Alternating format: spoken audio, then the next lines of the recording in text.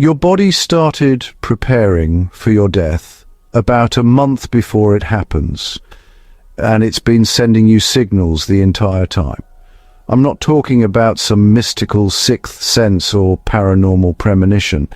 I'm talking about documented, measurable biological processes that your cells, organs, and nervous system initiate when they detect irreversible decline.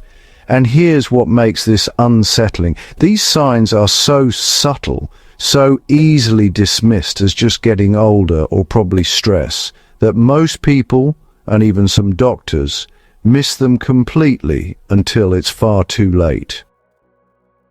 Right now, someone watching this video is experiencing at least one of these warning signs and has no idea what their body is trying to tell them. Over the next several minutes, I'm going to walk you through 5 specific indicators that emerge roughly 30 days before death, and I need you to watch this without skipping ahead.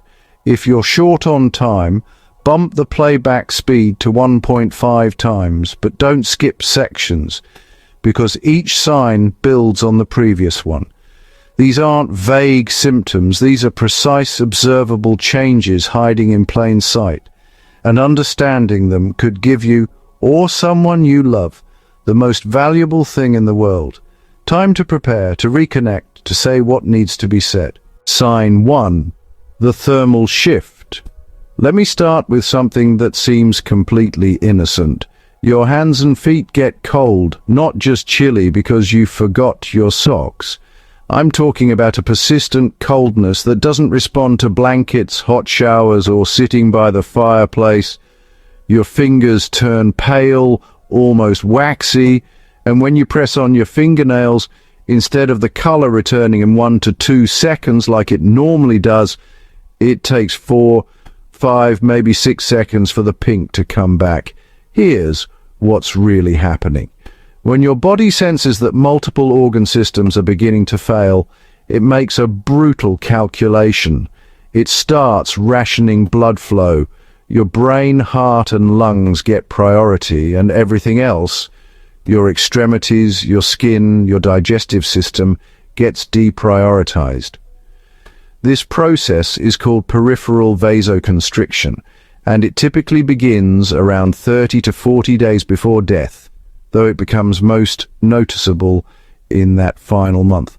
I remember my grandmother in her last weeks constantly rubbing her hands together, complaining that she couldn't get warm no matter how many layers she wore. We thought it was just poor circulation from age. We didn't realize her body was already redirecting resources, preparing for shutdown. The weird part? This isn't random. Studies of hospice patients show that approximately 94% experience significant temperature changes in their extremities within the final 30 days, and the percentage climbs to nearly 100% in the final week. Most people chalk this up to seasonal changes or bad circulation, especially if someone already has diabetes or cardiovascular issues. But here's the critical distinction. When this is a sign of approaching death, the coldness is accompanied by a specific color change. The skin doesn't just look pale, it takes on a mottled appearance, almost like marble. You'll see patches of purple or blue mixed with areas that are stark white. Medical professionals call this mottling, and when it appears on the hands, feet, knees, or elbows, it's one of the most reliable indicators that the body has entered its final chapter. So if you've noticed your hands and feet aren't just cold, but genuinely unresponsive to warming attempts, and you're seeing that marble-like pattern on your skin, you've identified sign number 1. But there's more, and what comes next is even more telling. Sign 2, the sleep reversal. Now let's talk about something that seems like it could be anything. You start sleeping more, a lot more. But here's the twist, it's not refreshing sleep. You wake up after 10, 12, 14 hours and feel like you haven't slept at all. Or the opposite happens. You sleep for 3 hours and feel bizarrely energized, almost wired, in a way that doesn't match your physical state. What most people don't realize is that in the final month of life, your body's relationship with sleep fundamentally changes. Your circadian rhythm, that internal 24-hour clock that's been running your entire life, starts to deteriorate. The suprachiasmatic nucleus, a cluster of about 20,000 nerve cells in your hypothalamus, begins misfiring. It's supposed to regulate when you feel alert and when you feel tired, syncing with daylight and darkness. But when multiple organ systems are failing, this tiny cluster of cells loses its coordination. Imagine you're watching a symphony orchestra, and the conductor suddenly starts giving random signals. Some musicians speed up, others slow down, a few stop playing altogether. That's what's happening in your brain. The result? You might sleep for 18 hours straight and still feel exhausted because your body isn't reaching the deep restorative stages of sleep anymore. Or you might experience what clinicians call terminal restlessness. Bursts of frantic energy where you feel compelled to clean, organize, or complete tasks at 3 in the morning, followed by sudden crashes. But here's what's really happening beneath the surface. When your kidneys and liver start failing, they stop effectively filtering toxins from your blood. These toxins accumulate and cross the blood-brain barrier, interfering with neurotransmitter production. Your melatonin levels spike at random times. Your cortisol rhythm flattens out. The specific time frame is striking. Research shows that about 28 to 32 days before death, sleep patterns become noticeably irregular, and by 2 weeks out, nearly 76% of patients are experiencing what's called transitional sleep, a state that's neither fully awake nor fully asleep. The critical thing to watch for isn't just increased sleep or weird sleep times. It's the combination of excessive sleep plus vivid, unusually coherent dreams, or periods of sleep where you're conscious of the room around you but can't move or respond. That's your brain chemistry fundamentally shifting. So if you've noticed that your sleep has gone from predictable to completely chaotic in the last month, and nothing you do, supplements, sleep hygiene, medication, seems to help, you've identified sign number 2. But the next one is where things get genuinely strange. Sign 3. The appetite vanishing act. Food stops appealing to you. Not just certain foods, all food. Your favorite meal, the one you'd eat 3 times a week without getting tired of it, suddenly looks and smells repulsive. You might manage a few bites to satisfy concerned family members, but your body rejects the idea of eating on a fundamental level. Most people assume this is depression, medication side effects, or just not feeling well. And sure, all those things can kill your appetite. But when death is approaching within 30 days, something more specific happens. Your digestive system begins a controlled shutdown. Your stomach produces dramatically less gastric acid. Your intestines slow their peristaltic waves, those muscular contractions that move food through your digestive tract. Your liver, already struggling, can barely process nutrients. The result? Food doesn't just seem unappetizing. It feels wrong, like your body instinctively knows it can't handle the work of digestion anymore. Here's the part that really gets me. About 3 weeks before death, something called cachexia accelerates.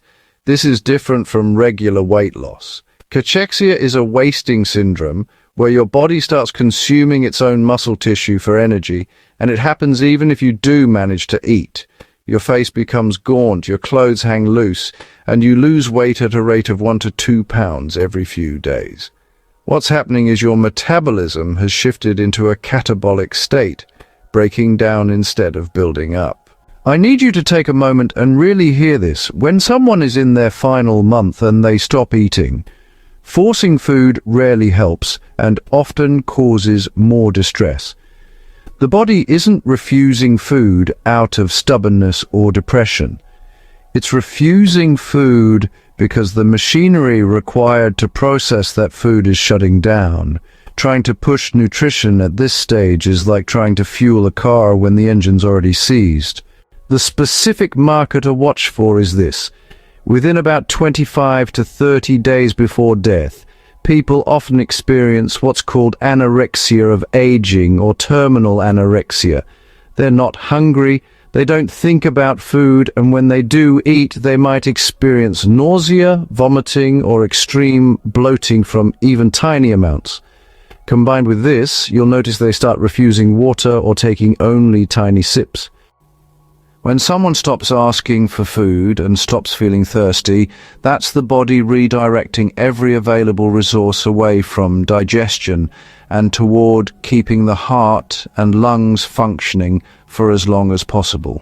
So if you've noticed that eating has gone from pleasurable to neutral to actively unpleasant over the last month, and you're losing weight despite your best efforts, you've identified sign number 3. All right, now, before we continue, I need you to do something for me. If you're finding this information valuable, and I sincerely hope you are, because it could literally save you or someone you love from being blindsided, I need you to smash that subscribe button right now.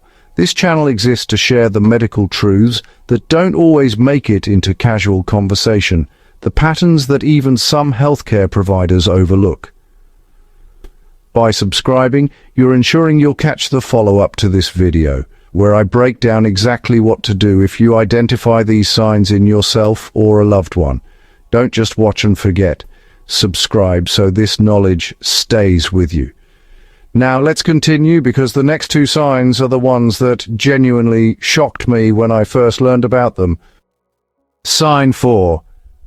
The social withdrawal. You stop wanting to see people. Not because you're depressed or antisocial, but because social interaction suddenly feels exhausting on a cellular level. Phone calls feel like climbing a mountain. Visitors, even people you love, feel like an intrusion. You find yourself cancelling plans, ignoring texts, and preferring to sit in quiet solitude, even when you're not doing anything in particular. What most people miss is that this isn't psychological withdrawal, it's neurological. About 3 to 4 weeks before death, your brain starts conserving energy in radical ways. The prefrontal cortex, which handles complex social reasoning, empathy, and conversation, is an energy hog. It consumes about 20% of your body's total glucose just to keep you socially functional.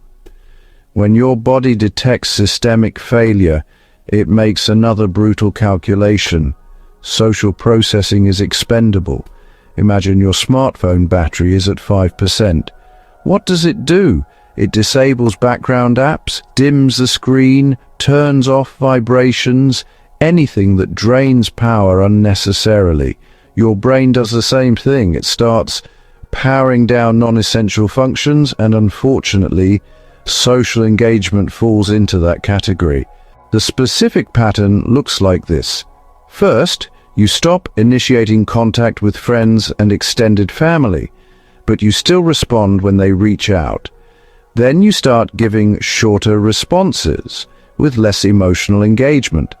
Finally, you prefer the company of only 1 or 2 intimate people or complete solitude. But here's what's really striking. Many people in their final month experience something called nearing death awareness. They become, really preoccupied with getting their affairs in order, updating wills, having specific conversations, giving away meaningful possessions. This isn't depression or giving up. It's actually the brain operating on diminished resources, focusing intensely on completion, on tying up loose ends. And interestingly enough, there's research suggesting that the brain may release specific neurochemicals in the final weeks that create this sense of urgency around unfinished business. I remember reading about a woman who'd been socially active her entire life. Book clubs, volunteer work, constant dinner parties. And about a month before she died, she systematically visited each of her 5 children individually, something she'd never done before. She gave each of them a specific item and said a very particular thing she needed them to know. 2 weeks later, she passed away from what appeared to be sudden organ failure, though the autopsy revealed her kidneys had been declining for months. Her brain knew. It prompted her to complete those essential tasks before she lost the capacity to do so. The marker to watch for when someone goes from engaged to withdrawn over the course of 2 to 3 weeks, and especially when they start having very specific, almost ritualistic conversations or giving away possessions with particular instructions, that's not random. That's the brain operating on a compressed timeline, prioritizing what matters most before the resources run out entirely. So if you've noticed that being around people feels inexplicably draining, and you've been feeling compelled to have certain conversations or settle certain matters, you've identified sign number 4. Sign 5, the consciousness shift. Your awareness changes, not gradually, but in sudden, distinct ways. You might be having a normal conversation and then suddenly feel like you're watching yourself from across the room, or you experience moments of crystalline clarity, where everything seems to make sense, where life feels resolved, followed by periods of confusion, where you can't remember what day it is. Time starts feeling non-linear. Yesterday might feel like it happened 10 years ago, or last month might feel like it was this morning. Here's the thing. This isn't dementia or cognitive decline in the traditional sense. This is something far more specific. In the final 30 days of life, particularly in the last 2 weeks, the brain's temporal lobe activity changes dramatically. The temporal lobe is responsible for memory, emotion, and your sense of sequential time. When blood flow to this region decreases, or when metabolic waste products accumulate and cross the blood-brain barrier, you get these altered states of consciousness. Research in palliative care has documented something extraordinary. About 60 to 80% of dying patients report visions or experiences of deceased loved ones in their final weeks.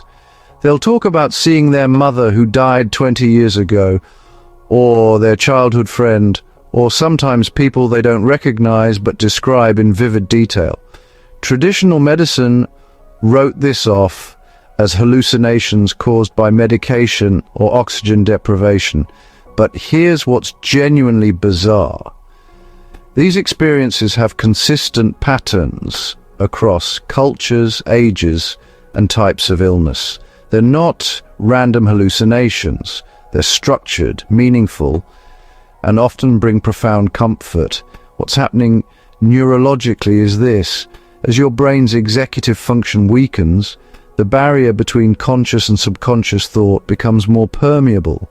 Memories that were stored but inaccessible suddenly surface with perfect clarity. You might remember the exact smell of your grandmother's kitchen from when you were 5, or the specific feeling of a moment from decades ago. Your brain is doing something remarkable. It's reviewing, integrating, making sense of an entire lifetime of experience in compressed time. The specific marker here is called terminal lucidity. This is the phenomenon where someone who's been confused, non-communicative, or even comatose suddenly becomes completely lucid for a few hours or even a day or two.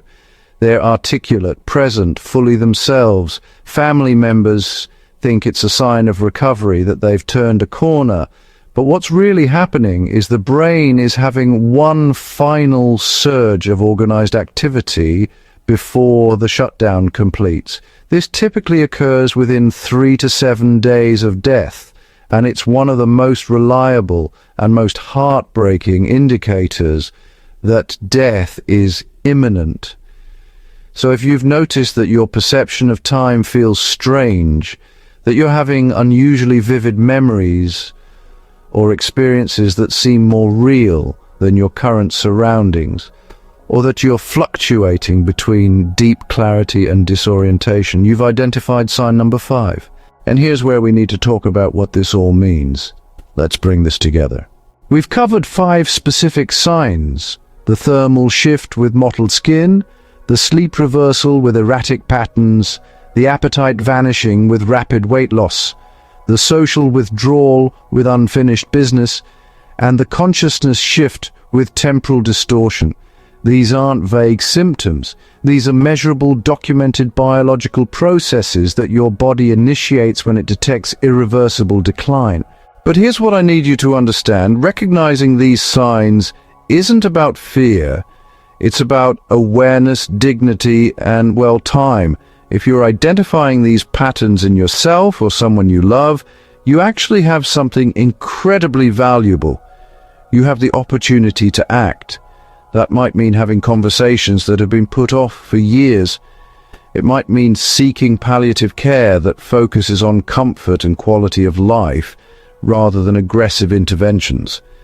Or it might mean simply being present, really present, in a way that wouldn't have seemed urgent otherwise.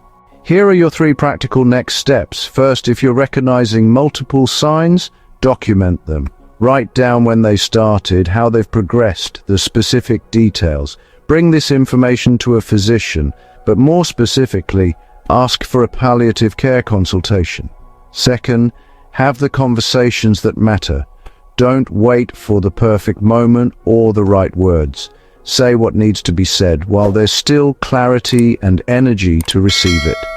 Third, shift your focus from cure to comfort. If these signs are present, the body is already in transition. Fighting that transition often creates more suffering than acceptance does. The algorithm doesn't push content like this. It's too real, too uncomfortable. But this is the kind of information that changes outcomes, that gives people options they didn't know they had. If this resonated with you, share it with someone who needs to see it, because timing is everything. Tomorrow might be too late for someone in your life right now. In my next video, I'm breaking down exactly what hospice won't tell you about the final 72 hours, including the 3 specific changes that signal death within days, not weeks. You're not going to want to miss that one. Until then, pay attention. Your body is always communicating. The question is whether you're listening.